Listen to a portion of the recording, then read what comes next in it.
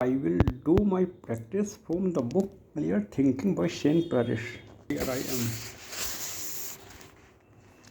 Defining the most important thing. Not all criteria are the same. There might be 100 variables, but they are not equally important. When you are clear on what's important, evaluating options becomes easier. Many people who are shy to pick out the most important thing because they don't want to be wrong.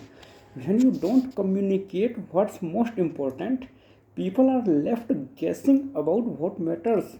They need you to solve the problem for them. While you feel needed and important, you are also busy making all the decisions that your colleagues should be making. A lot of managers secretly enjoy being the bottleneck. They like the way it feels when their team is dependent on them. Don't be fooled. This is the ego default at work and it puts a ceiling on how far you will go. It tries to convince you that you are the best, that you are so smart, so skilled, so insightful that only you can make the decisions. In reality, you are just getting in the way of the team performing at its best. I learned this lesson the hard way. I had just taken over a team and was surprised that they would check in with me before making any decisions, a pattern their previous manager had established. To speed things up, I came up with a system for them to sort decisions into three boxes. One, decision they could make without any input from me. Second, decisions they could make after sharing their reasoning with me so I could double check their judgment, and decisions I wanted to make myself. But the problem persisted. After a few months, I consulted my mentor. Do they know what decisions they should make and what decisions you want to make? He asked. Are the boxes clear? Yes, I replied. But due to the operational nature of our job, if I am not around, they have to make decisions in the third box without me. That's where we are running into the biggest problems. They seem incapable of doing that. Do they know the one thing that is most important? He probed. I am not sure what they mean, I said. What is most important differs for each decision. I listed off a few different types of decisions and how the variables were different. This is not what I mean, he replied. Do they know when you what you value most? I hesitated. He looked me square in the eye. Shane, do you know what you value most? I stared at him blankly. He sighed. The problem is not your team, it's you. You don't know what's most important. Until you do, your team will never make decisions without you. It's too risky for them to figure out the most important thing. Communicate that to your team and they will be able to make decisions on their own. What if they make the wrong decision?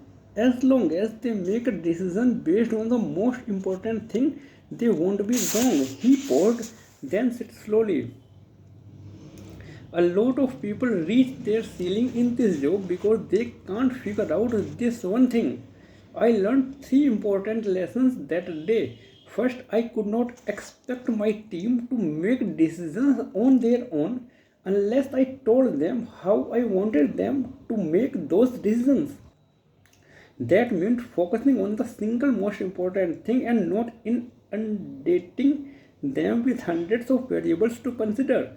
Second, if they made the decision with the most important thing in mind and it turned out wrong, I could not get upset with them. If I did that, they would never make decisions without me. The third lesson was perhaps the most revealing. I myself did not know what the most important thing was. That's why I could tell them how to safeguard the evaluation stage.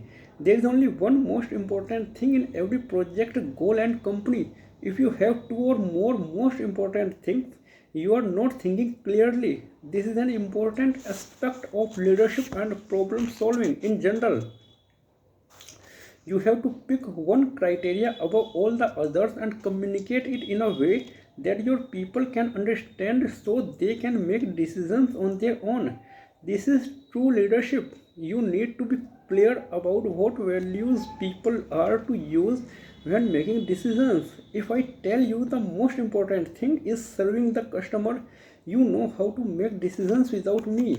If you make a bad judgment call but it puts the customer first, I can't fault you. You did what I wanted. But identifying what is most important is a skill. It takes practice. Here's how. I recommend using sticky notes for this exercise. First, on each sticky note, write out one criteria, one thing that's important to you in evaluating your options.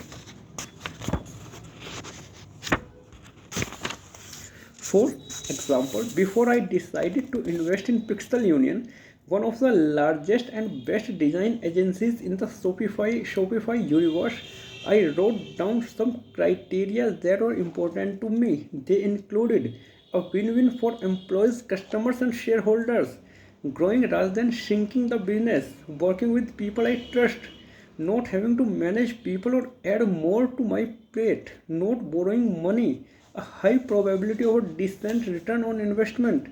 There are many more, but you get the idea. Place only one criteria on each sticky note because next we are going to make your criteria better. Choose whichever criteria you think is the most important to you and place it on the wall.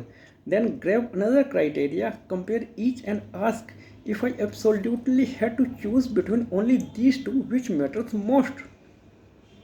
So to return to my example of investing in Pixel Union, the first battle might be this: earning a return on investment versus not having to manage people or add money to my plate.